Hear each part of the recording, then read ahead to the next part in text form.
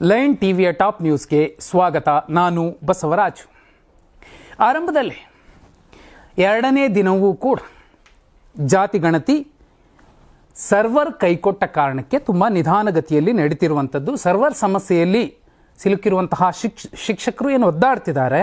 High court ವಿಚಾರಣೆ ಕೂಡ ನಾಳೆಗೆ ಮುಂದೂಡಲಾಗಿದೆ. ಏನಾಗಬಹುದು, ಸಮೀಕ್ಷೆ ಮುಂದುವರಿಯುತ್ತಾ ಇಲ್ವಾ ಅನ್ನುವಂಥದ್ದು ಕಾನೂನಾತ್ಮಕವಾಗಿ ಕೋರ್ಟ್ ಏನು ಹೇಳುತ್ತೆ ಅದು ಗೊತ್ತಾಗೋದು ನಾಳೆ. ರಾಜ್ಯಾದ್ಯಂತ ನಿನ್ನೆಯಿಂದಲೇ ಜಾತಿ ಗಣತಿ ಸಮೀಕ್ಷೆ ಆರಂಭವಾಗಿದೆ. ಮೊದಲ ದಿನ ವಿಘ್ನಗಳು ಎದುರಾಗಿದ್ದರೆ ಎರಡನೇ ದಿನವೂ ಸರ್ವರ್ ಸಮಸ್ಯೆ ಹಾಗೂ ಕಿಟ್ಗಳ ಕೊರತೆ ಎದುರಾಗಿದೆ. ಜೊತೆಗೆ ಗಣತಿದಾರರು ಅಪ್ಲಿಕೇಶನ್ ಡೌನ್ಲೋಡ್ ಮಾಡುವುದು ಮತ್ತು ವಿವರಗಳನ್ನು ತೆಗೆದುಕೊಳ್ಳುವ ಬಗ್ಗೆ ಗೊಂದಲಕ್ಕೀಡಾಗಿದ್ರು. ಶಿವಮೊಗ್ಗ, ಹಾವೇರಿ, ಬಳ್ಳಾರಿ, ಚಿತ್ರದುರ್ಗ, ಕೊಡಗು, ಕೋಲಾರ ಜಿಲ್ಲೆಗಳಲ್ಲಿ ಸೇರಿ ಹಲವು ಜಿಲ್ಲೆಗಳಲ್ಲಿ ಈ ಸಮಸ್ಯೆ ಕಾಣಿಸಿಕೊಂಡಿದೆ. ಶಿಕ್ಷಕರು ಸಂಪೂರ್ಣವಾಗಿ ನಮಗೆ ತರಬೇತಿ ಕೊಟ್ಟಿಲ್ಲ ಅನ್ನುವಂತಹ ಒಂದು ಮಾತನ್ನು ಹೇಳ್ತಿರುವಂಥದ್ದು. ಮೊಬೈಲ್ ಆಫ್ ಸರಿಯಾಗಿ ಓಪನ್ ಆಗ್ತಿಲ್ಲ, ಯಾಕಂದರೆ ಆ್ಯಪ್ ಒಂದೊಂದ್ಸಲ ಕೈ ಕೊಡುತ್ತೆ. ಎಲ್ಲಿ ಹೋಗಿ ಸರ್ವೆ ಮಾಡಬೇಕು ಎಂಬ ಬಗ್ಗೆ ಸರಿಯಾದ ಮಾಹಿತಿ ನೀಡಿಲ್ಲ ಅಂತ ಶಿಕ್ಷಕರು ಆರೋಪಿಸ್ತಿದ್ದಾರೆ. ಇನ್ನು ಬೆಂಗಳೂರು ಭಾಗದಲ್ಲಿ ತರಬೇತಿ ಅಗತ್ಯ ಸಿದ್ಧತೆಗಳಿಂದಾಗಿ ಒಂದೆರಡು ವಾರ ವಿಳಂಬವಾಗುವಂತಹ ಸಾಧ್ಯತೆ ಇದೆ.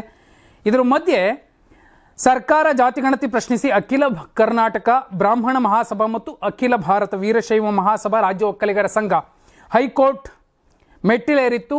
ಜಾತಿ ಸಮೀಕ್ಷೆಯೂ ಜನಗಣತಿಯ ಭಾಗ ಎಂದು ಕೇಂದ್ರ ಸರ್ಕಾರ ಹೇಳಿದೆ. 2027ಕ್ಕೆ ಜಾತಿ ಗಣತಿ ಜನಗಣತಿ ಆರಂಭಿಸಲಾಗುವುದು ಎಂದು ಕೇಂದ್ರ ಸರ್ಕಾರ ಹೇಳಿದೆ. ಹಿಂದಿನ ಸಮೀಕ್ಷೆಗೆ ರಾಜ್ಯ ಸರ್ಕಾರವು 150 ಕೋಟಿ ರೂಪಾಯಿ ಖರ್ಚು ಮಾಡಿತ್ತು. 1500ಕ್ಕೂ ಹೆಚ್ಚು ಜಾತಿಗಳನ್ನು ಉಲ್ಲೇಖಿಸಲಾಗಿದೆ. ಇಷ್ಟು ಜಾತಿಗಳ ಬಗ್ಗೆ ಯಾವುದೇ ಅಧ್ಯಯನ ನಡೆದಿಲ್ಲ. ಹೊಸದಾಗಿ ಜಾತಿಗಳನ್ನು ಸೃಷ್ಟಿಸಲಾಗಿದೆ. ಇಲ್ಲಿ ನಕಲಾಗುವ ಸಾಧ್ಯತೆ ಇದೆ. ಇದರಿಂದಾಗಿ ದೋಷಪೂರಿತ ದತ್ತಾಂಶ ಸಂಗ್ರಹವಾಗುವಂತಹ ಸಾಧ್ಯತೆ ಇದೆ ಎಂದು ಹಿರಿಯ ವಕೀಲ ಅಶೋಕ್ ಹಾರ್ನಳ್ಳಿಯವರು ವಾದ ಮಂಡಿಸಿದ್ರು. ವಾದ ಆಲಿಸಿದಂತಹ ನ್ಯಾಯಪೀಠ ಅರ್ಜಿದಾರರ ವಾದದಲ್ಲಿ ಹುರುಳಿಲ್ಲ, ಆದರೂ ಎಲ್ಲ ಅರ್ಜಿದಾರರು ಸಂಕ್ಷಿಪ್ತ ವಿವರಣೆಯ ತಮ್ಮ ಲಿಖಿತ ಸಾರಾಂಶ ಸಲ್ಲಿಸಲಿ ಎಂದು ಸೂಚಿಸಿತ್ತು. ಸರ್ಕಾರ ಕೈಗೊಂಡಿರುವ ಜಾತಿಗಣತಿಯ ದತ್ತಾಂಶ ರಕ್ಷಣೆಗೆ ಏನು ಕ್ರಮ ಕೈಗೊಳ್ಳಲಾಗಿದೆ ಎಂದು ಹಿಂದುಳಿದ ಆಯೋಗವನ್ನು ಹೈಕೋರ್ಟ್ ಪ್ರಶ್ನೆ ಮಾಡಿದೆ. ಕೆಲಕಾಲ ವಾದ ಪ್ರತಿವಾದ ಆಲಿಸಿದ ವಿಚಾರಣೆಯನ್ನು ಬುಧವಾರಕ್ಕೆ ಕೋರ್ಟ್ ಮುಂದೂಡಲಾಗಿರುವಂಥದ್ದು. ನೋಡಿ, ಇದೇ ವಿಚಾರವಾಗಿ ಪರೋಕ್ಷವಾಗಿ ಒಂದು ಮಾತನ್ನು ಹೇಳಿರುವಂಥದ್ದು BK ಹರಿಪ್ರಸಾದ್ ಅವರು. ಇಷ್ಟು ದಿನ ಹಾಲು, ತುಪ್ಪ, ಮೊಸರು, ಬೆಣ್ಣೆ ಎಲ್ಲವನ್ನ ಯಾರು ತಿಂದಿದ್ದಾರೆ ಅವರಿಗೆ ಭಯ ಆಗ್ತಿದೆ. ಜಾತಿ ಗಣತಿ ಬಂದ್ಬಿಟ್ರೆ ಇನ್ನೂ ಅದು ನಮಗೆ ಸಿಗೋದಿಲ್ಲ, ಇನ್ನು ಹಿಂದುಳಿದ ದಲಿತ ಅಲ್ಪಸಂಖ್ಯಾತರ ಪಾಲಾಗುತ್ತೆ. ಯಾರೆಲ್ಲ ವಿರೋಧಿಸಿದ್ರು ಅವರ ಹೆಸರುಗಳನ್ನು ಹೇಳಿ ಅಂತ ಮುಖ್ಯಮಂತ್ರಿ ಸಿದ್ದರಾಮಯ್ಯ ಅವರಿಗೆ ಹಿಂದುಳಿದ ವರ್ಗದ ನಾಯಕ BK ಹರಿಪ್ರಸಾದ್ ಅವರು ತಾಕೀತು ಮಾಡಿರುವಂಥದ್ದು. ಎಲ್ಲೋ ಮೇಲ್ನೋಟಕ್ಕೆ ಇಲ್ಲಿ ವಿರೋಧ ವ್ಯಕ್ತಪಡಿಸ್ತಿರುವಂಥವರು ಅವರೇ. ನೋಡಿ, ತುಂಬ ಸೂಕ್ಷ್ಮವಾಗಿ ಕೋರ್ಟ್ಗೆ ಹೋಗಿರುವಂಥವರು. ಅಖಿಲ ಭಾರತ ಕರ್ನಾಟಕ ಬ್ರಾಹ್ಮಣ ಮಹಾಸಭಾ, ಅಖಿಲ ಭಾರತ ವೀರಶೈವ ಮಹಾಸಭಾ ಮತ್ತು ರಾಜ್ಯ ಒಕ್ಕಲಿಗ ಸಂಘ ಹೈಕೋರ್ಟ್ ಮೆಟ್ಟಿಲೇರಿರುವಂಥದ್ದು. ಇಲ್ಲಿ ಜಾತಿ ಗಣತಿ ಅನ್ನುವಂಥದ್ದು ರಾಜ್ಯ ಸರ್ಕಾರದ ವ್ಯಾಪ್ತಿಗೆ ಬರುತ್ತೋ ಇಲ್ವೋ, ಅಥವಾ ಕೇಂದ್ರ ಸರ್ಕಾರವೇ ಜನಗಣತಿ ಮತ್ತು ಜಾತಿ ಗಣತಿಯನ್ನು ಮಾಡೋದಕ್ಕೆ ಸಮರ್ಥವಾಗಿದೆ ಮತ್ತು ಅದು ಮಾತ್ರ ಮಾಡಬೇಕು, ಅದು ಕೇಂದ್ರ ಸರ್ಕಾರದ ವ್ಯಾಪ್ತಿಗೆ ಬರುತ್ತಾ ಇಲ್ವಾ ಅನ್ನುವಂತಹ ಒಂದು ಏನು ಗೊಂದಲ ಇದೆ, ಆ ಗೊಂದಲ ಬಗೆಹರಿಯುವಂತಹ ಪ್ರಯತ್ನ ಒಂದು ಕಡೆ ಕೋರ್ಟ್ ಕಡೆಯಿಂದ ನಾಳೆ ಆದರೆ, ಶಿಕ್ಷಕರಿಗೆ ತರಬೇತಿಯನ್ನೇ ನೀಡದೆ ಈ ಒಂದು ಸಮೀಕ್ಷೆಯನ್ನು ಮಾಡಿಸೋದಕ್ಕೆ ರಾಜ್ಯ ಸರ್ಕಾರ ಮುಂದಾಗಿರುವಂತಹ ಕ್ರಮದ ಬಗ್ಗೆಯೂ ಕೂಡ ಬಹುಪಾಲು ಚರ್ಚೆ ಆಗ್ತಿರುವಂಥದ್ದು. ಇದು ಏನೇ ಇರಬಹುದು, ಆದರೆ ಸರ್ಕಾರ ಮತ್ತು ಮುಖ್ಯಮಂತ್ರಿ ಸಿದ್ದರಾಮಯ್ಯ ಅವರು ಕೇವಲ ಹಿಂದುಳಿದ ಅಲ್ಪಸಂಖ್ಯಾತ ದಲಿತರಷ್ಟೇ ಅಲ್ಲ, ಎಲ್ಲ ಜಾತಿಗಳಲ್ಲಿರುವಂತಹ ಬಡವರ ಒಂದು ಗಣನೆ ಆದರೆ ಅವರಿಗೆ ನ್ಯಾಯ ದೊರಕಿಸಿಕೊಡಬಹುದು, ಸರ್ಕಾರದ ಸವಲತ್ತುಗಳನ್ನು ತಲುಪಿಸೋದಕ್ಕೆ ಸಹಕಾರಿಯಾಗುತ್ತೆ ಈ ಜಾತಿ ಗಣತಿ ಅಥವಾ ಸಾಮಾಜಿಕ, ಆರ್ಥಿಕ, ಶೈಕ್ಷಣಿಕ ಸಮೀಕ್ಷೆ ಅನ್ನುವಂಥದ್ದನ್ನು ಹೇಳ್ತಿದೆ. ಆದರೆ ರಾಜ್ಯ ಹಿಂದುಳಿದ ವರ್ಗಗಳ ಆಯೋಗ ಅವರದ್ದೇ ಆದಂತಹ ಒಂದು ಬಹುಮುಖ್ಯ ರೂಲ್ಸನ್ನು ಹೇಳೋ ಮೂಲಕ ಇಂಥದ್ದೊಂದು ವಿಧಿಯ ಅಡಿಯಲ್ಲಿ ನಾವು ಇದನ್ನು ಮಾಡಬಹುದು ಅನ್ನುವಂಥದ್ದನ್ನು ಹೇಳ್ತಿದೆ. ಬಹುದೊಡ್ಡ ವಿರೋಧ ಕ್ರಿಶ್ಚಿಯನ್ ಹೆಸರಿರುವಂತಹ, ಅದು ಲಿಂಗಾಯತ ಕ್ರಿಶ್ಚಿಯನ್, ಒಕ್ಕಲಿಗ ಕ್ರಿಶ್ಚಿಯನ್, ಈಡೀಗ ಕುರುಬ ಕ್ರಿಶ್ಚಿಯನ್ ಅನ್ನುವಂಥದ್ದೇನಿತ್ತು, ಅಂತಹ ಸುಮಾರು ಜಾತಿಗಳನ್ನು ಪಟ್ಟಿಯಿಂದ ತೆಗೆದು ನಾವು ಈ ದತ್ತಾಂಶವನ್ನು ಸಂಗ್ರಹಿಸ್ತಿದ್ದೀವಿ, ಸಮೀಕ್ಷೆ ಮಾಡ್ತಿದ್ದೀವಿ ಅಂತ ಹೇಳ್ತಿದೆ ಆಯೋಗ. ಆದಾಗ್ಯೂ ಕೂಡ ಒಂದು ವಿರೋಧ ಇರುವಂಥದ್ದು. ಒಂದಂತೂ ಸತ್ಯ, ಇಲ್ಲಿ ಜಾತಗಣತಿ ರಾಜ್ಯ ಸರ್ಕಾರದ ವ್ಯಾಪ್ತಿಗೆ ಬರುತ್ತೋ ಬಿಡುತ್ತೋ, ಒಂದು ವೇಳೆ ಇದರಿಂದ ನಾಳೆ ರಾಜಕೀಯ ಲಾಭಗಳು ಅಥವಾ ಯಾರೆಲ್ಲ ಹಿಂದುಳಿದಿದ್ದಾರೆ ಇನ್ನು ಅವರು ಮೇಲೇಳಕ್ಕೆ ಸಾಧ್ಯವಾಗದೇ ಇರುವಂತಹ ಸಮಾಜಗಳಿಗೂ ಕೂಡ ಒಂದಷ್ಟು ಲಾಭ ಆಗುತ್ತೆ ಅನ್ನುವಂಥದ್ದು ಬಹುಪಾಲು ಜನರ ಒಂದು ವಾದ. ಅದೇನೇ ಇರಬಹುದು, ನಾಳೆ ಕೋರ್ಟ್ ಏನು ಹೇಳುತ್ತೋ ಅದರ ಮೇಲೆ ಸಮೀಕ್ಷೆ ಮುಂದುವರಿಯುತ್ತಾ ಇಲ್ವಾ ಅನ್ನೋದು ಪಕ್ಕಾ ಆಗುತ್ತೆ. ಆದರೆ ಮೇಲ್ನೋಟಕ್ಕೆ ಕೋರ್ಟ್ನ ಇವತ್ತಿನ ಆದೇಶವನ್ನು ನೋಡಿದಾಗ ಸಮೀಕ್ಷೆ ಮುಂದುವರಿಯುತ್ತೆ ಅಂತ ಅನ್ಸುತ್ತೆ. ಇನ್ನು ಎರಡನೇ ಸುದ್ದಿ, ಜಾತಿಗಣತಿಗೆ ಬಿಜೆಪಿಯಿಂದ ವಿರೋಧ, ನಾಟಕ ಮೊದಲ ದಿನವೇ ಟುಸ್, ಕಸದ ಬುಟ್ಟಿಗೆ ಎಸೆಯಲು ಸಿದ್ಧರಾಗಿರಿ ಅಂತ ಟ್ವೀಟ್ ಮಾಡಿರುವಂಥದ್ದು. ಜಾತಿಗಣತಿ ಆರಂಭವಾದರೂ ವಿರೋಧ ಪಕ್ಷ ಬಿಜೆಪಿಯ ಟೀಕೆ ಟಿಪ್ಪಣಿಗಳು ಮಾತ್ರ ನಿಂತಿಲ್ಲ. ಸಾಮಾಜಿಕ ಜಾಲತಾಣದಲ್ಲಿ ಪೋಸ್ಟ್ ಮಾಡುವ ಮೂಲಕ ಜಾತಿಗಣತಿ ಬಗ್ಗೆ ಬಿಜೆಪಿ ವ್ಯಂಗ್ಯವಾಡಿದೆ. ಜಾತಿಗಣತಿ ಎಂಬ ನಾಟಕ ಮೊದಲ ದಿನವೇ ಟುಸ್ ಆಗಿದೆ ಎಂದು ಕುಹಕವಾಡಿದೆ. ಅಷ್ಟೇ ಅಲ್ಲ, ಸರ್ವರ್ ಸಮಸ್ಯೆ, OTT ಸಮಸ್ಯೆ, ಅಪ್ಲಿಕೇಶನ್ ಡೌನ್ಲೋಡ್ ಸಮಸ್ಯೆ, UHID ಹೊಂದಾಣಿಕೆ ಸಮಸ್ಯೆ, ಶಿಕ್ಷಕರಿಗೆ ಕಿಟ್ ಸಿಗದೆ ಸಮಸ್ಯೆ, ಶಿಕ್ಷಕರಿಗೆ ತರಬೇತಿ ಇಲ್ಲದಿರುವಂತಹ ಸಮಸ್ಯೆ, ಕೆಲ ಪ್ರಶ್ನೆಗಳನ್ನು ಎತ್ತುವ ಮೂಲಕ ಬಿಜೆಪಿ ವ್ಯಂಗ್ಯವಾಡಿರುವಂಥದ್ದು. ಸಿದ್ದರಾಮಯ್ಯನವರೇ ಅಧಿಕಾರ ಉಳಿಸಿಕೊಳ್ಳೋದಕ್ಕೆ ನೀವು ರೂಪಿಸಿರುವಂತಹ ಜಾತಿಗಣತಿ ಎಂಬ ನಾಟಕ ಮೊದಲ ದಿನವೇ ಟುಸ್ ಆಗಿದೆ. ಕಾಂತರಾಜು ವರದಿ ಹಾಗೂ ಜಯಪ್ರಕಾಶ್ ಹೆಗಡೆ ವರದಿಗೆ ಗತಿ ಕಾಣಿಸಿದಂತೆಯೇ 2025ರ ಜಾತಿಗಣತಿಯನ್ನೂ ಸಹ ಕಸದ ಬುಟ್ಟಿಗೆ ಎಸೆಯೋದಕ್ಕೆ ಸಿದ್ಧರಾಗಿರಿ. ಇಷ್ಟೆಲ್ಲ ಸಮಸ್ಯೆಗಳಿಗೆ ಮೂಲ ಕಾರಣವೇ ತಮ್ಮ ಅಧಿಕಾರದಾಹ ಎನ್ನುವಂತಹ ಆಕ್ರೋಶವನ್ನು ವ್ಯಕ್ತಪಡಿಸಿದೆ. ಇನ್ನು ಹಿಂದೂ ಜಾತಿಗಳ ಮುಂದೆ ಕ್ರಿಶ್ಚಿಯನ್ ಟ್ಯಾಗ್ ಹೈಡ್ ಮಾಡುವ ಮೂಲಕ ಅಧಿಕೃತ ಪ್ರಕಟಣೆ ಹೊರಡಿಸುವಂತೆ ಬಿಜೆಪಿ ಆಗ್ರಹಿಸಿದೆ. ಈ ಹಿನ್ನೆಲೆ ಬಿಜೆಪಿ ನಾಯಕರ ನಿಯೋಗ ಶಾಶ್ವತ ಹಿಂದುಳಿದ ವರ್ಗಗಳ ಆಯೋಗದ ಅಧ್ಯಕ್ಷ ಮಧುಸೂದನ್ ನಾಯಕ್ ಅವರನ್ನು ಭೇಟಿಯಾಗಿ ಮಾತುಕತೆ ನಡೆಸಿರುವಂಥದ್ದು. ನಿಜಕ್ಕೂ ಬಿಜೆಪಿಯ ಈ ನಡೆಯನ್ನು ಮತ್ತು ಅವರು ಜಾತಿ ಗಣತಿಯನ್ನ ವ್ಯಂಗ್ಯವಾಡುತ್ತಿರುವ ರೀತಿಯನ್ನ ಒಂದಷ್ಟು ಸಮಾಜಗಳು ತುಂಬ ಸೂಕ್ಷ್ಮವಾಗಿ ನೋಡ್ತವೆ. ಯಾಕಂದ್ರೆ ಜಾತಿಗಣತಿ ಅನ್ನುವಂಥದ್ದು ಸಾಮಾಜಿಕ ನ್ಯಾಯದ ಹಂಚಿಕೆಗೋಸ್ಕರನೇ ಅನ್ನೋದು ಏನು ಉದ್ದೇಶ ಇದೆ ಸರ್ಕಾರದ್ದು ಮತ್ತು ಮುಖ್ಯಮಂತ್ರಿಗಳದ್ದು. ಆ ಸಾಮಾಜಿಕ ನ್ಯಾಯ ಯಾರಿಗೆಲ್ಲ ಸಿಕ್ಕಿಲ್ಲ ಆ ಸಮಾಜಗಳು ಬಿಜೆಪಿಯ ಈ ವ್ಯಂಗ್ಯವನ್ನ, ಅಪಹಾಸ್ಯವನ್ನ, ಗೇಲಿಯನ್ನ ತುಂಬ ಸೂಕ್ಷ್ಮವಾಗಿ ನೋಡ್ತವೆ. ಅವರಿಗೆ ಇರುವಂತಹ ಮತ ಅನ್ನುವಂತಹ ಬಹುದೊಡ್ಡ ಅಸ್ತ್ರದ ಮೂಲಕ ಪಾಠ ಕಲಿಸಬಹುದು, ಗೊತ್ತಿಲ್ಲ. ಮೂರನೇ ಸುದ್ದಿ, ನವೆಂಬರ್ ಹೊತ್ತಿಗೆ ಮೇಜರ್ ಸರ್ಜರಿ, 50% ಸಚಿವರಿಗೆ ಗೇಟ್ ಪಾಸ್, ಘಟಾನುಘಟಿ ಸಚಿವರಿಗೆ ಕೋಕ್ ಕೊಡುವಂತಹ ಸಾಧ್ಯತೆ ಇದೆ. ಯಾರು ಹೇಳಿದ್ದು? ಸಿಎಂ ಸಿದ್ದರಾಮಯ್ಯ ಅವರ ಸರ್ಕಾರ 2.5 ವರ್ಷದ ಸನಿಹದಲ್ಲಿದೆ.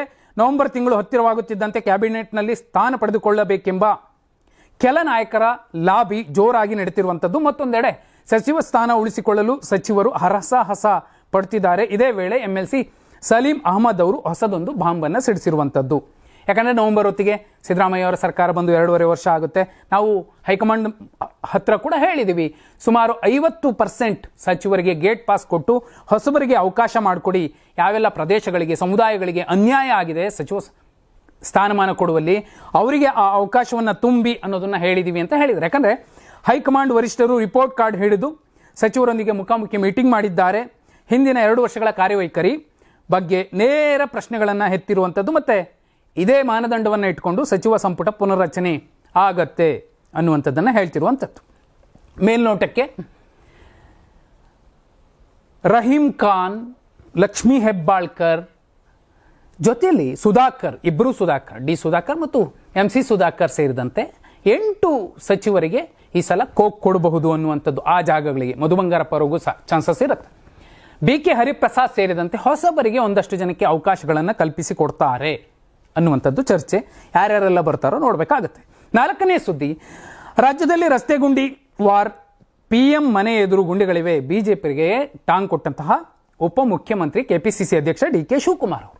ರಾಜ್ಯ ರಾಜಕೀಯದಲ್ಲಿ ಬೆಂಗಳೂರಿನ ರಸ್ತೆ ಗುಂಡಿಗಳ ವಾರ್ ಶುರುವಾಗಿದೆ. ರಸ್ತೆ ಗುಂಡಿಗಳ ಬಗ್ಗೆ ವಿರೋಧ ಪಕ್ಷಗಳ ಟೀಕೆಗಳಿಗೆ DCM DK ಶಿವಕುಮಾರ್ ಅವರು ಟಾಂಗ್ ಕೊಟ್ಟಿದ್ದಾರೆ. ನಾನು ದೆಹಲಿಗೆ ಹೋಗಿದ್ದೆ, ದೆಹಲಿಯಲ್ಲಿ ಒಂದು ಸುತ್ತು ಓಡಾಡಿಕೊಂಡು ಬಂದಿದ್ದೀನಿ, ನಾನೆಲ್ಲವನ್ನು ನೋಡಿದ್ದೀನಿ. ನೀವೆಲ್ಲ ನಿಮ್ಮ ವರದಿಗಾರರನ್ನು ಕಳಿಸಿ ದೆಹಲಿಯಲ್ಲಿ ಎಷ್ಟು ರಸ್ತೆ ಗುಂಡಿಗಳಿವೆ, ಪ್ರಧಾನಮಂತ್ರಿಗಳ ಮನೆ ಮುಂದಿನ ರಸ್ತೆಗಳಲ್ಲಿ ಎಷ್ಟು ಗುಂಡಿಗಳಿವೆ ಅನ್ನೋದನ್ನು ನೀವು ನೋಡಬೇಕಾಗತ್ತೆ ಅನ್ನುವ ಮೂಲಕ ಒಂದು ಟಾಂಗ್ ಕೊಟ್ಟಿರುವಂಥದ್ದು. ಎಲ್ಲ ಕ್ಷೇತ್ರಗಳಲ್ಲೂ ಸಹ ರಸ್ತೆ ಗುಂಡಿಗಳು ಇರುತ್ತವೆ. ದೇಶದ ಎಲ್ಲೆಡೆ ಇರುವ ಸಮಸ್ಯೆ ಇದು. ಹಾಗಂತ ನಮ್ಮ ಕೆಲಸ ನಾವು ಮಾಡಲ್ಲ ಅಂತ ಹೇಳ್ತಿಲ್ಲ, ನಾವು ಮಾಡ್ತೀವಿ. ಇದು ಬರೀ ರಾಜ್ಯ ಸರ್ಕಾರದ ಸಮಸ್ಯೆ ಅಷ್ಟೇ ಅಲ್ಲ, ಬಿಜೆಪಿಯವರು ಅಧಿಕಾರದಲ್ಲಿ ಇದ್ದಾಗಲೂ ಕೂಡ ಈ ಸಮಸ್ಯೆ ಇತ್ತು. ಚುನಾವಣೆ ಹತ್ತಿರ ಬರ್ತಿದ್ದಂತೆ ಈ ಆರೋಪ ಜೋರಾಗಿ ಕೇಳಿ ಬರ್ತಿದೆ ಅನ್ನೋ ಮೂಲಕ DK ಶಿವಕುಮಾರ್ ಅವರು ವಾಗ್ದಾಳಿ ನಡೆಸಿದ್ದಾರೆ. ಇದಕ್ಕೆ ಬಿಜೆಪಿ ನಾಯಕರ CC ಪಾಟೀಲ್ ತಿರುಗೇಟು ನೀಡಿರುವಂಥದ್ದು. DK ಶಿವಕುಮಾರ್ ಅವರ ಮನೆ ಮುಂದೆಯೂ ಹೊಂಡ ಮಾಡಿಕೊಳ್ಳಲಿ, ಬಿಜೆಪಿ ಇದ್ದಾಗ ಮಾಡಿಲ್ಲ ಅಂತ ನೀವು ಅಧಿಕಾರಕ್ಕೆ ಬಂದಿರೋದು, ಈಗ ಮಾಡದಿದ್ರೆ ನೀವು ಹೋಗಲು ಸಿದ್ಧರಾಗಿರಿ, ಆ ಜಾಗಕ್ಕೆ ನಾವು ಬರ್ತೀವಿ. 6,000 3,000 ಗುಂಡಿಗಳಿವೆ ಅಂತಿದ್ದಾರೆ. ಅಧಿಕಾರಿಗಳನ್ನು ಗುಂಡಿ ಮುಚ್ಚೋಕೆ ನೇಮಿಸಿರುವ ಏಕೈಕ ಸರ್ಕಾರ ಅದು ಸಿದ್ದರಾಮಯ್ಯ ಅವರ ಸರ್ಕಾರ, ಕಾಂಗ್ರೆಸ್ ಸರ್ಕಾರ ಅಂತ CC ಪಾಟೀಲ್ರು ವ್ಯಂಗ್ಯವಾಡಿರುವಂಥದ್ದು. ಗುಂಡಿಗಳು ಈ ಸರ್ಕಾರದಲ್ಲಿ ಇದಾವೆ, ಇನ್ನೊಂದು ಸರ್ಕಾರದಲ್ಲಿ ಇಲ್ಲ ಅಂತಲ್ಲ, ಎಲ್ಲ ಸರ್ಕಾರಗಳು ಇರ್ತವೆ. ಆದರೆ ಒಂದು ಲೋಕೋಪಯೋಗಿ ಇಲಾಖೆ ಇರಬಹುದು ಅಥವಾ ಸಂಬಂಧಪಟ್ಟ ಇಲಾಖೆ ಇರಬಹುದು, ಸ್ಥಳೀಯ ಸರ್ಕಾರಗಳಿರಬಹುದು, ಆ ಆಡಳಿತ ನಡೆಸ್ತಿರುವಂಥವರು ಮತ್ತು ಅಲ್ಲಿನ ನಾಯಕರು ಯಾರಿದ್ದಾರೆ ಅವರು ಆ ಮೂಲಭೂತ ಸೌಕರ್ಯಗಳನ್ನು ಸರಿಯಾಗಿ ಮಾಡಿ ಕೊಡದೆ ಹೋದರೆ ನಿಜಕ್ಕೂ ಸಿ ಪಾಟೀಲ್ ಏನು ಹೇಳಿದ್ದಾರೆ, ನಾವು ಮುತ್ಲಿಲ್ಲ ಅಂತ ನೀವು ಬಂದಿರೋ, ನೀವು ಮುತ್ಲಿಲ್ಲ ಅಂದರೆ ಮತ್ತೆ ನಾವು ಬರ್ತೀವಿ ಅನ್ನೋದೇನಿದೆ ಅದು ವಾಸ್ತವ. ಅದಾಗಲೇಬೇಕು. ಪ್ರಧಾನಿ ಮೋದಿಯವರ ಮನೆ ಮುಂದೆ ರಸ್ತೆ ಗುಂಡಿ ಇಲ್ಲವೇ ಇಲ್ಲ ಅಂತ ಹೇಳೋಕ್ಕಾಗೋದಿಲ್ಲ, ಅಲ್ಲೂ ಇದ್ದಿರಬಹುದು.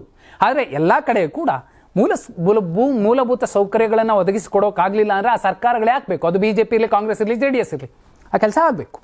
5ನೇ ಸುದ್ದಿ, ಧರ್ಮಸ್ಥಳ ಕೇಸ್ಗೆ ಹೊಸ ತಿರುವು. ಮಹೇಶ್ ಶೆಟ್ಟಿ ತಿಮ್ರೋಡಿ ಗಡೀಪಾರು, ಫಂಡಿಂಗ್ ಮೂಲಕ್ಕೆ ಕೈ ಹಾಕಿರುವಂತಹ SIT ತನಿಖಾಧಿಕಾರಿಗಳು. ಧರ್ಮಸ್ಥಳ ಪ್ರಕರಣದ ತನಿಖೆ ಚುರುಕು ಪಡೆದಿದ್ದು ಮಹೇಶ್ ಶೆಟ್ಟಿ ತಿಮ್ರೋಡಿಗೆ ಈಗ ಮತ್ತೊಂದು ಸಂಕಷ್ಟ ಎದುರಾಗಿದೆ. ತಿಮ್ರೋಡಿ ಅವರನ್ನ ದಕ್ಷಿಣ ಕನ್ನಡದಿಂದ ಗಡೀಪಾರು ಮಾಡಿದ್ದಾರೆ ಅನ್ನೋ ಸುದ್ದಿ ಕೇಳಿ ಬರ್ತಿದೆ. ಧರ್ಮಸ್ಥಳ ಪ್ರಕರಣ ಏನಿತ್ತು, ಸೌಜನ್ಯ ಪ್ರಕರಣ, ಈ ಹೋರಾಟಗಳಲ್ಲಿ ಮುಂಚೂಣಿಯಲ್ಲಿದ್ದಂತಹ ಮಹೇಶ್ ಶೆಟ್ಟಿ ತಿಮ್ರೋಡಿ ಅವರು ಈಗ ಅವರನ್ನ ದಕ್ಷಿಣ ಕನ್ನಡ ಜಿಲ್ಲೆಯಿಂದ ರಾಯಚೂರು ಜಿಲ್ಲೆಯ ಮಾನ್ವಿ ತಾಲೂಕಿಗೆ ಗಡೀಪಾರು ಮಾಡಲು ಆದೇಶ ಹೊರಡಿಸಲಾಗಿದೆ. SIT ಅಧಿಕಾರಿಗಳು ಫಂಡಿಂಗ್ ಮಾಡ್ತಿದ್ದವರ ಬೆನ್ನು ಹತ್ತಿದ್ದಾರೆ. ಮಾಸ್ಕ್ ಮ್ಯಾನ್ ಚಿನ್ನಯ್ಯ ಹಾಗೂ ಪತ್ನಿಯ ಅಕೌಂಟ್ಗೆ ಹಣ ವರ್ಗಾವಣೆಯಾಗಿರುವ ಬಗ್ಗೆಯೂ ಮಾಹಿತಿ ಕಲೆ ಹಾಕ್ತಿದ್ದಾರೆ. ಚಿನ್ನಯ್ಯನ ಪತ್ನಿ ಸೇರಿದಂತೆ ಅವರ ಕುಟುಂಬದ ಮತ್ತು ಒಂದಷ್ಟು ಜನರ ಖಾತೆಗಳನ್ನು ಪರಿಶೀಲನೆ ಮಾಡಲಾಗ್ತಿದೆ. ಈಗಾಗಲೇ ಅಕೌಂಟ್ ಡೀಟೇಲ್ಸ್ ಪಡೆಯಲಾಗಿದೆ. ಇನ್ನು ಫಂಡಿಂಗ್ ಆರೋಪದ ಮೇಲೆ ಮಹೇಶ್ ಶೆಟ್ಟಿ ತಿಮ್ರೋಡಿಯ ಜೊತೆಗಿನ ಸುಮಾರು 11 ಬೆಂಬಲಿಗರಿಗೆ ನೋಟಿಸ್ ನೀಡಲಾಗಿದೆ. ಈಗಾಗಲೇ 6 ಜನರನ್ನ ವಿಚಾರಣೆ ನಡೆಸಲಾಗಿದೆ. 6 ತಿಂಗಳ ಹಿಂದೆ ಹಣ ವರ್ಗಾವಣೆ ಮಾಡಲಾಗಿದೆ ಎನ್ನಲಾಗ್ತಿದ್ದು ಈ ಬಗ್ಗೆ ದಾಖಲೆಗಳನ್ನು ಪಡೆಯಲಾಗಿದೆ ಮತ್ತು ಇನ್ನೊಂದಷ್ಟು ಮಂದಿ ಫಂಡಿಂಗ್ ಮಾಡಿರುವಂತಹ ಮಾಹಿತಿ ಸಿಕ್ಕಿರೋ ಕಾರಣ ಅವರನ್ನು ಕೂಡ ನೋಟಿಸ್ ಕೊಟ್ಟು ವಿಚಾರಣೆಗೆ ಕರೆಯುವಂತಹ ಸಾಧ್ಯತೆ ಇದೆ. ಇಲ್ಲಿ 2 ರೀತಿಯ ಒಂದು ಟೆಕ್ನಿಕಲ್ ಪ್ರಾಬ್ಲಮ್ಸ್ ಬರುತ್ತೆ. ಒಂದು, ಇವರನ್ನ ಗಡೀಪಾರು ಮಾಡಿರುವಂಥದ್ದು. ನಾಳೆ ವಿಚಾರಣೆಗೆ ಈಗ ಪೊಲೀಸ್ ಅಧಿಕಾರಿಗಳು ಮಾನ್ವಿಯಲ್ಲೇ ವಿಚಾರಿಸ್ತಾರಾ ಅಥವಾ ಇಲ್ಲೇ ವಿಚಾರಿಸ್ತಾರಾ ಅನ್ನುವಂಥದ್ದು ಒಂದಾದರೆ, ಎರಡನೇದು ಆ ತಿಮ್ರೋಡಿ ಮತ್ತು ಚಿನ್ನಯ್ಯನ ವಿಡಿಯೋಗಳೇನಿದ್ದಾವೆ 12 ಇದುವರೆಗೂ ರಿಲೀಸ್ ಆಗಿರುವಂಥ 12+ ಆ ವಿಡಿಯೋಗಳಲ್ಲೂ ಕೂಡ 500 ರೂಪಾಯಿಗಳಿರುವಂತಹ 6 ಕಟ್ಟುಗಳನ್ನು ತಂದುಕೊಟ್ಟು ನನ್ನನ್ನು ಇಲ್ಲಿಂದ ಕಳಿಸ್ಕೊಟ್ರು, ನನ್ನ ಭಾವನಿಗೆ, ನನ್ನ ಪತ್ನಿಗೆ, ಎಲ್ರಿಗೂ ಕೊಟ್ಟರು ಅನ್ನುವಂಥದ್ದೇನು ಆರೋಪ ಇದೆ. ಆ ವಿಚಾರವಾಗಿಯೂ ಕೂಡ ತನಿಖೆಗಳು ಶುರುವಾಗಿರುವಂತಹ ಸಂದರ್ಭದಲ್ಲಿ ತಿಮ್ರೋಡಿ ಮತ್ತು ಅವರೆಲ್ಲ ಬೆಂಬಲಿಗರು ಯಾರು 11 ಜನ ಇದ್ದಾರೆ, ಅವರ ಕಡೆಯಿಂದ ಏನಾದ್ರೂ ಚಿನ್ನಯ್ಯನ ಮತ್ತು ಅವರ ಕುಟುಂಬಸ್ಥರಿಗೆ ಸುಮಾರು 3 ಲಕ್ಷಗಳ ಹಣ ವರ್ಗಾವಣೆ ಆಗಿದ್ರೆ ಆ ಬಗ್ಗೆ ಕೂಡ ಈಗ ಸೂಕ್ಷ್ಮವಾಗಿ SIT ತನಿಖಾಧಿಕಾರಿಗಳು ತನಿಖೆ ನಡೆಸ್ತಿರುವಂಥದ್ದು. ಆದರೆ ಸೌಜನ್ಯ ಅನ್ನುವಂತಹ ಹೆಣ್ಣುಮಗಳ ಪರವಾಗಿ ನಿಂತಹ ಮಹೇಶ್ ಶೆಟ್ಟಿ ತಿಮ್ರೋಡಿ ಅವರು ಪದೇ ಪದೇ ಒಂದಿಲ್ಲೊಂದು ವಿಚಾರಕ್ಕೆ ಒಂದು ಕ್ರಮದ ಮೂಲಕ ಅವರನ್ನು ಎಲ್ಲೋ ಒಂದು ಕಡೆ ಕಟ್ಟಿ ಹಾಕುವಂತಹ ಪ್ರಯತ್ನಗಳು ನಡೀತಿದೆಯಾ ಅಂತ ಅನಿಸುತ್ತೆ. ಒಂದು, BL ಸಂತೋಷ್ ಅವರಿಗೆ ಅವಾಚ್ಯ ಶಬ್ದಗಳಿಂದ ನಿಲ್ಲಿಸಿದ್ರು ಅನ್ನೋ ಕಾರಣಕ್ಕೋಸ್ಕರ ಒಂದು ಸಲ ಅವರನ್ನ ಬಂಧಿಸಿದ್ರು. ಅನಂತರದಲ್ಲಿ ಅಕ್ರಮ ಶಸ್ತ್ರಾಸ್ತ್ರ ಸಂಗ್ರಹಣೆಯ ಕಾಯ್ದೆಯಡಿ ಅವರಿಗೆ ನೋಟಿಸ್ ಕೊಟ್ಟಿದ್ರು. ಅಲ್ಲೂ ಕೂಡ ಬಂಧನ ಆಗುವಂತಹ ಸಾಧ್ಯತೆಗಳಿದ್ದಾವೆ. ಇದರ ಮಧ್ಯೆ ಗಡೀಪಾರು ಅನ್ನುವಂತಹ ಮತ್ತೊಂದು ಕ್ರಮದ ಮೂಲಕ ಮಹೇಶ್ ಶೆಟ್ಟಿ ತಿಮ್ರೋಡಿ ಅವರನ್ನ ದಕ್ಷಿಣ ಕನ್ನಡದಿಂದ ತುಂಬ ದೂರ ಮಾನ್ವಿಗೆ ತಗೊಂಡೋಗಿ ಹಾಕ್ತಿರುವಂಥದ್ದು. ಏನಾಗುತ್ತೆ ಈ ಪ್ರಕರಣ? SIT ತನಿಖಾಧಿಕಾರಿಗಳು ಅಚ್ಚುಕಟ್ಟಾಗಿ ಇವನ್ನೆಲ್ಲ ಪ್ಲಾನ್ ಮಾಡ್ತಿದ್ದಾರೆ ಅಂದರೆ ಒಂದು ಸತ್ಯ ಹೊರಗೆ ಬರುತ್ತೆ, ಆಗ ಎಲ್ಲರೂ ಮಾತಾಡಬಹುದು ಇದು ಸತ್ಯಮೇವ ಜಯತೆ ಅಂತ. ಇನ್ನು 6ನೇ ಸುದ್ದಿ, ಟಿಕೆಟ್ ದರ 200 ರೂಗೆ ತಡೆ ನೀಡಿದ ಹೈಕೋರ್ಟ್. ಸರ್ಕಾರ ಆದೇಶಕ್ಕೆ ಮಲ್ಟಿಪ್ಲೆಕ್ಸ್ಗಳಿಂದ ಆಕ್ಷೇಪ ವ್ಯಕ್ತವಾಗಿತ್ತು. 200 ರೂಪಾಯಿ ಟಿಕೆಟ್ ದರಕ್ಕೆ ಹೈಕೋರ್ಟ್ ಬ್ರೇಕ್ ನೀಡಿದೆ. ಇತ್ತೀಚೆಗಷ್ಟೇ CM ಸಿದ್ದರಾಮಯ್ಯ ಸರ್ಕಾರ ಸಿನಿ ರಸಿಕರಿಗೆ ಗುಡ್ ನ್ಯೂಸ್ ಕೊಟ್ಟಿತ್ತು. ಎಲ್ಲಾ ಭಾಷೆಯ ಸಿನಿಮಾಗಳಿಗೆ ಟಿಕೆಟ್ ದರವನ್ನ ಕನಿಷ್ಠ 200 ರೂಪಾಯಿಗಳಿಗೆ ನಿಗದಿಪಡಿಸುವ ಆದೇಶ ಹೊರಡಿಸಿತ್ತು. ಇದು ಮಲ್ಟಿಪ್ಲೆಕ್ಸ್ಗಳು ಹಾಗೂ ಪ್ರತ್ಯೇಕ ಚಿತ್ರಮಂದಿರಗಳಿಗೆ ಅನ್ವಯವಾಗಬೇಕಿತ್ತು. ಈ ಕ್ರಮದಿಂದ ಸಿನಿ ಪ್ರೇಮಿಗಳಿಗೆ ಲಾಭವಾಗ್ತಿತ್ತು. ಸರ್ಕಾರದ ಈ ಆದೇಶಕ್ಕೆ ಮಲ್ಟಿಪ್ಲೆಕ್ಸ್ ಹಾಗೂ ಕೆಲ ನಿರ್ಮಾಪಕರು ಸೆಡ್ಡು ಹೊಡೆದಿದ್ದಾರೆ. ಈಗ ಮಲ್ಟಿಪ್ಲೆಕ್ಸ್ಗಳು ಹಾಗೂ ಕೆಲ ನಿರ್ಮಾಪಕರು ಸರ್ಕಾರದ ಈ ಆದೇಶವನ್ನು ಪ್ರಶ್ನಿಸಿ ಹೈಕೋರ್ಟ್ಗೆ ಮೊರೆ ಹೋಗಿದ್ದಾರೆ. ಏಕಪರದೆ ಮತ್ತು ಮಲ್ಟಿಪ್ಲೆಕ್ಸ್ಗಳಲ್ಲಿ ಟಿಕೆಟ್ ದರ 200 ಆದರೆ 18% ತೆರಿಗೆಯೂ ಸೇರಿ ಟಿಕೆಟ್ ದರವು 236 ಮಾಡಬಹುದಾಗಿತ್ತು. ಸದ್ಯ ಸರ್ಕಾರದ ಈ ನಿರ್ಧಾರಕ್ಕೆ ಹೈಕೋರ್ಟ್ ತಡೆ ನೀಡಿದೆ. ಅರ್ಜಿದಾರರು ಸರ್ಕಾರದ ಆದೇಶ ಕಾನೂನು ಬಾಹಿರ ಮತ್ತು ಸಂವಿಧಾನ ವಿರೋಧಿ ಎಂದು ದೂರಿದ್ದರು. 2017ರಲ್ಲಿಯೂ ಇಂತಹ ಆದೇಶವೊಂದನ್ನು ಹೈಕೋರ್ಟ್ ರದ್ದುಪಡಿಸಿದ್ದುದಾಗಿ ಅವರು ಉಲ್ಲೇಖಿಸಿದ್ದಾರೆ. ಇದರಿಂದ ಸಿನಿಮಾ ಟಿಕೆಟ್ ದರ ನಿಯಂತ್ರಣದ ವಿಚಾರದಲ್ಲಿ ಇನ್ನಷ್ಟು ಗೊಂದಲ ಉಂಟಾಗಿರುವಂಥದ್ದು. ಎಲ್ಲೊಂದು ಕಡೆ ಕಾಂತಾರ ಚಾಪ್ಟರ್ 1 1000 ಕೋಟಿ ಗಳಿಸಬೇಕು ಅನ್ನೋದಾದರೆ ಈ ಆದೇಶ ಕೂಡ ಒಂದು ಅಡ್ಡಿಯಾಗಿತ್ತು. ಅದೇನೇ ಇರಲಿ, ಇಲ್ಲಿ ಸಿನಿ ರಸಿಕರು ಅಂತ ಬರುವಂಥದ್ದು ಮಧ್ಯಮ ವರ್ಗದವರು, ಬಡಪಾಯಿಗಳು, ಇಂಥವ್ರೇನೆ. ಅವರು ದುಡ್ದ ಹಣವನ್ನು ತಂದು ಒಂದು ಸಿನಿಮಾ ನೋಡಬೇಕು ಅಂದರೆ ಒಂದೊಂದು ಟಿಕೆಟ್ 200, 300, 400 ಅಂದರೆ ಅವರ ದುಡಿಮೆ ಎಷ್ಟಿರುತ್ತೆ, ಆ ದುಡಿಮೆಯ ಸಿಂಹಪಾಲನ್ನು ತಂದು ಸಿನಿಮಾಗಳಿಗೆ ಹಾಕ್ಬಿಟ್ರೆ ಅವರ ಜೀವನ ಎಲ್ಲಿಂದ ನಡೆಯೋಕ್ಕೆ ಸಾಧ್ಯ ಆಗುತ್ತೆ? ಅದೇ ಕೋರ್ಟ್ ಕೊಟ್ಟಿರುವಂತಹ ಆದೇಶವನ್ನು ಎಲ್ಲರೂ ಕೂಡ ಪಾಲಿಸಬೇಕಾಗುತ್ತೆ. ಇನ್ನು 7ನೇ ಸುದ್ದಿ, GST ಇಳಿಕೆಗೆ ಕಾರ್, ಫ್ರಿಡ್ಜ್, ಟಿವಿ ಮಾರಾಟ ಹೆಚ್ಚಳ. 75,000 ಮಾರುತಿ ಸುಜುಕಿ ಕಾರ್ಗಳ ಬುಕಿಂಗ್ನಲ್ಲಿ ಸಾಮಾನ್ಯಕ್ಕಿಂತ ಸುಮಾರು 50% ಹೆಚ್ಚಳ.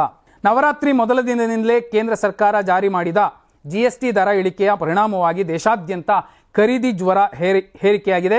ಕಾರು, ಫ್ರಿಡ್ಜ್, ಟಿವಿ ಸೇರಿದಂತೆ ಹಲವು ಎಲೆಕ್ಟ್ರಾನಿಕ್ ಹಾಗೂ ಗೃಹೋಪಯೋಗಿ ವಸ್ತುಗಳ ಮಾರಾಟದಲ್ಲಿ ತೀವ್ರ ಏರಿಕೆ ಕಂಡುಬಂದಿದೆ. ವಿಶೇಷವಾಗಿ ಕಾರು ಖರೀದಿಗೆ ಗ್ರಾಹಕರು ಮುಗಿಬಿದ್ದಿದ್ದು, ಹಬ್ಬದ ಖರೀದಿ ಭಾವನೆಗೆ ಹೊಸ GST 2.0 ಸುಧಾರಣೆಗಳು ಹೆಚ್ಚುವರಿ ಉತ್ತೇಜನ ನೀಡಿವೆ. ಇದೇ ಕಾರಣಕ್ಕೋಸ್ಕರ ಮಾರುತಿ ಸುಜುಕಿ ಸಂಸ್ಥೆಯ ಪ್ರಕಾರ ಬುಕಿಂಗ್ ಸಾಮಾನ್ಯಕ್ಕಿಂತ 50% ಹೆಚ್ಚಳವಾಗಿದೆ. 35 ವರ್ಷಗಳಲ್ಲಿ ಇಂತಹ ಪ್ರತಿಕ್ರಿಯೆ ಕಂಡಿಲ್ಲ. ನವರಾತ್ರಿಯ ಮೊದಲ ದಿನವೇ 80,000ಕ್ಕೂ ಹೆಚ್ಚು ವಿಚಾರಣೆಗಳನ್ನು ದಾಖಲಿಸಿದ್ದೇವೆ. ಈಗಾಗಲೇ 25,000 ಕಾರ್ಗಳನ್ನು ತಲುಪಿಸಿದ್ದೇವೆ ಮತ್ತು ಶೀಘ್ರದಲ್ಲಿ ವಿತರಣೆಗಳು 30,000 ತಲುಪುವ ನಿರೀಕ್ಷೆ ಇದೆ. ಸೆಪ್ಟೆಂಬರ್ 18ರಂದು ಹೆಚ್ಚುವರಿ ಬೆಲೆ ಕಡಿತ ಘೋಷಿಸಿದ ಬಳಿಕ ಒಟ್ಟು 75,000 ಬುಕ್ಕಿಂಗ್ಗಳು ಸ್ವೀಕರಿಸಿದ್ದೇವೆ. ಪ್ರತಿದಿನ ಸುಮಾರು 15,000 ಬುಕ್ಕಿಂಗ್ಗಳು ಬರ್ತಿರುವಂಥದ್ದು ಎಂದು ಮಾರುತಿ ಸುಜುಕಿಯ ಮಾರ್ಕೆಟಿಂಗ್ ಮತ್ತು ಮಾರಾಟ ವಿಭಾಗದ ಹಿರಿಯ ಕಾರ್ಯನಿರ್ವಾಹಕ ಅಧಿಕಾರಿ ಪಾರ್ಥೋ ಬ್ಯಾನರ್ಜಿ ಅವರು ತಿಳಿಸಿರುವಂಥದ್ದು. ಇನ್ನು 8ನೇ ಸುದ್ದಿ, ಮೈಸೂರಲ್ಲಿ ಅದ್ಧೂರಿ ದಸರಾ ವೈಭವ. ಯುವ ದಸರಾ ನಾಳೆಯಿಂದ ಆರಂಭ. ಫಲಪುಷ್ಪ ಪ್ರದರ್ಶನ, ಆಹಾರ ಮೇಳ ಜೋರು. ನಾಡಹಬ್ಬ ಮೈಸೂರು ದಸರಾ ವೈಭವ ಈಗ ಭಾರಿ ಜೋರಾಗಿರುವಂಥದ್ದು. ಅರಮನೆ ಆವರಣದಲ್ಲಿ ಸಿಂಹಾಸನಾರೋಹಣ, ಚಾಮುಂಡೇಶ್ವರಿ ದೇವಿಯ ಪೂಜೆ ದಸರಾ ಹಬ್ಬದ ಸಾಂಪ್ರದಾಯಿಕ ವೈಭವವನ್ನು ತೋರಿಸ್ತಿದೆ. ಪ್ರತಿ ರಾತ್ರಿ ಬೆಳಗುವ ಅರಮನೆ ಮತ್ತು ಅದ್ಭುತ ಲೇಸರ್ ಶೋ ಸಾವಿರಾರು ಪ್ರವಾಸಿಗರನ್ನ ಕಣ್ಮನ ಸೆಳೆಯುತ್ತಿದೆ.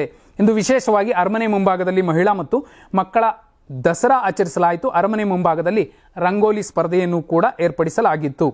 ಅದ್ದೂರಿ ಕಾರ್ಯಕ್ರಮ ಮತ್ತು ಅದ್ದೂರಿ ದಸರಾ ಈಗ ಇಡೀ ವಿಶ್ವದ ಕಣ್ಮನ ಸೆಳೆಯುತ್ತಿದೆ. ಇನ್ನು 9ನೇ ಸುದ್ದಿ, ಮಗುವಿನ ನಿರೀಕ್ಷೆಯಲ್ಲಿ ಕತ್ರೀನಾ ವಿಕ್ಕಿ ದಂಪತಿ ಹೊಸ ಅಧ್ಯಾಯ ಆರಂಭ. ಕತ್ರೀನಾ ಕೈಫ್ಗೆ ಕುಕ್ಕೆ ಸುಬ್ರಹ್ಮಣ್ಯ ಪೂಜಾ ಫಲ ಸಿಕ್ಕಿರಬಹುದಾ ಅನ್ನುವಂತಹ ಚರ್ಚೆಗಳು ಕೂಡ ನಡೆಯುತ್ತಿರುವಂಥದ್ದು.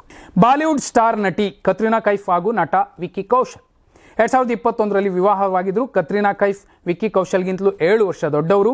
ಇದೀಗ 4 ವರ್ಷದ ಬಳಿಕ ಈ ದಂಪತಿಗೆ ಮಗುವಿನ ನಿರೀಕ್ಷೆಯಲ್ಲಿದ್ದಾರೆ. ಕತ್ರೀನಾ ಕೈಫ್ ಗರ್ಭಿಣಿ ಎಂಬ ಸುದ್ದಿಯನ್ನು ಅವರು ಸಾಮಾಜಿಕ ಜಾಲತಾಣದಲ್ಲಿ ಹಂಚಿಕೊಂಡು ಖಾತ್ರಿಪಡಿಸಿದ್ರು. ಇನ್ನು 10ನೇ ಸುದ್ದಿ, ಟೆಕ್ಸಾಸ್ನಲ್ಲಿ 90 ಅಡಿ ಹನುಮಂತನ ಪ್ರತಿಮೆ ನಿರ್ಮಾಣ. ಹನುಮಂತನನ್ನ ಟೀಕಿಸಿದ್ದ ಟ್ರಂಪ್ ಪಕ್ಷದ ನಾಯಕ ಡಂಕನ್ ವಿರುದ್ಧ ಕ್ರಮ ಕೈಗೊಳ್ಳುವಂತೆ ಒತ್ತಾಯ. ಇತ್ತೀಚೆಗೆ ಅಮೆರಿಕದ ಟೆಕ್ಸಾಸ್ನಲ್ಲಿ ಸುಮಾರು 90 ಅಡಿ ಎತ್ತರದ ಬೃಹತ್ ಹನುಮಂತನ ಪ್ರತಿಮೆ ಸ್ಥಾಪನೆಯಾಗಿದೆ. ಇದನ್ನು ಸ್ಟ್ಯಾಚ್ಯೂ ಆಫ್ ಯೂನಿಯನ್ ಎಂದು ಕರೆಯಲಾಗಿದ್ದು, ಪ್ರತಿಮೆ ಭಕ್ತಿ, ಶಕ್ತಿ ಮತ್ತು ಏಕತೆಯನ್ನು ಸಂಕೇತಿಸುತ್ತದೆ. ಆದರೆ ಈಗ ಟೆಕ್ಸಾಸ್ನ ರಿಪಬ್ಲಿಕ್ ಪಕ್ಷದ ನಾಯಕರೊಬ್ಬರು ಹನುಮಂತನನ್ನ ಟೀಕಿಸಿದ್ದು ಮತ್ತೊಂದು ವಿವಾದವನ್ನು ಹುಟ್ಟುಹಾಕಿಕೊಂಡಿದ್ದಾರೆ. ನಮ್ಮದು ಕ್ರಿಶ್ಚಿಯನ್ ರಾಷ್ಟ್ರ, ಆದರೆ ಸುಳ್ಳು. ಹಿಂದೂ ದೇವರ ಪ್ರತಿಮೆಯನ್ನ ಇಲ್ಲೇಕೆ ನಿರ್ಮಿಸಲು ಅನುಮತಿ ನೀಡಿದ್ದೇವೆ ಎಂದು ಪ್ರಶ್ನಿಸಿದ್ದಾರೆ. ಹನುಮಂತನ ಪ್ರತಿಮೆಯನ್ನ ಟೀಕಿಸಿದ್ದಲ್ಲದೆ ಇಂತಹ ಹೇಳಿಕೆ ನೀಡಿದ್ದು ಈಗ ಹಿಂದೂ ಸಮುದಾಯದಲ್ಲಿ ಆಕ್ರೋಶ ಮೂಡಿಸಿದೆ. ಸ್ಥಳೀಯ ರಿಪಬ್ಲಿಕನ್ ನಾಯಕ ಮತ್ತು ಸೆನೆಟ್ ಅಭ್ಯರ್ಥಿ ಅಲೆಕ್ಸಾಂಡರ್ ಡಂಕನ್ ಅವರ ಪ್ರತಿಮೆಯ ಕುರಿತ ಈ ಹೇಳಿಕೆ ಹಿಂದೂ ಸಮುದಾಯ ಮತ್ತು ಇತರರ ಭಾವನೆಗಳನ್ನು ಕೆರಳಿಸಿದೆ ಮತ್ತು ನೋವು ಉಂಟು ಮಾಡಿದೆ. ಇದೇ ಕಾರಣಕ್ಕೋಸ್ಕರ ಅವರ ವಿರುದ್ಧ ಕ್ರಮ ಆಗಬೇಕು ಅನ್ನುವಂತಹ ಒಂದು ಹಕ್ಕೊತ್ತಾಯ ಕೇಳಿ ಬಂದಿರುವಂಥದ್ದು.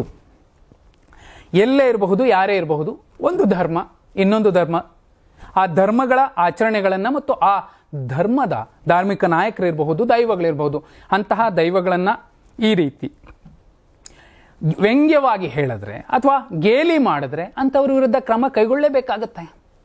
ಅದನ್ನು ಟ್ರಂಪ್ ಯಾವ ರೀತಿ ತಗೋತಾರೆ ಅನ್ನುವಂಥದ್ದು ಇಲ್ಲಿ ಮುಖ್ಯ ಆಗುತ್ತೆ. ಇದೇನೇ ಇರಬಹುದು, ನಮ್ಮ ಹನುಮಂತನಿಗೆ ಯಾರೋ ಒಬ್ರು ಗೇಲಿ ಮಾಡ್ತಾರೆ ಅಂದರೆ ವಿರೋಧ ವ್ಯಕ್ತಪಡಿಸಲೇಬೇಕು. ಇದು ಇವತ್ತಿನ ಟಾಪ್ 10 ಸುದ್ದಿಗಳಾಗಿದ್ವು. ನಾಳೆ ಕೂಡ ಟಾಪ್ 10 ಸುದ್ದಿಗಳನ್ನು ತರ್ತೀನಿ, ಸರಳವಾಗಿ ಸಮಗ್ರವಾಗಿ ಹೇಳುವಂತಹ ಪ್ರಯತ್ನ ಮಾಡ್ತೀನಿ. ಧನ್ಯವಾದ. ಶುಭರಾತ್ರಿ.